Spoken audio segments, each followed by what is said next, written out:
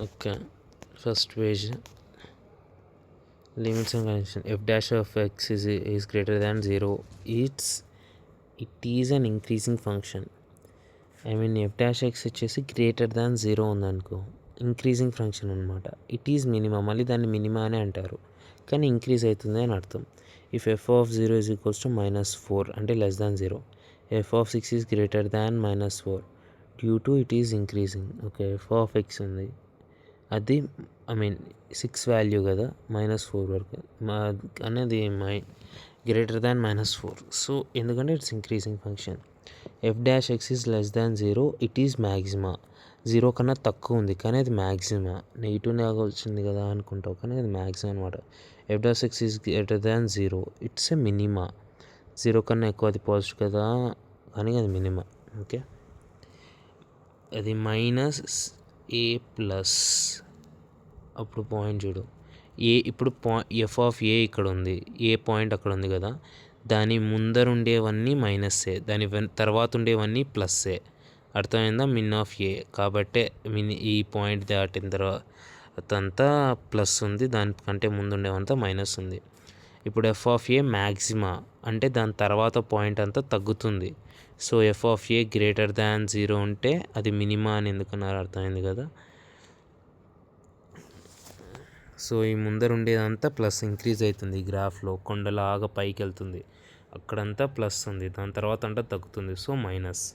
ఈ పాయింట్కి దాని తర్వాత ఐ మీన్ ఇక్కడ ఉన్న పాయింట్ చూడు, నో మినిమా ఆర్ మ్యాక్సిమా అంటే ఆ ముందర ప్లస్ వెనకల plus. No minima or maxima అంటే దాని ముందు మైనస్, దాని వెనకల కూడా మైనస్. ఓకే, ఇట్లా ఉంటుంది చూడు. F of x increasing, f dash x increasing function అట్లుంది. So f double dash x greater than 0 ఉందంటే అది అటువైపు కాన్కేవ్ అప్ డిక్రీజెస్, ఇటువైపు కాన్కేవ్ అప్ ఇంక్రీజెస్.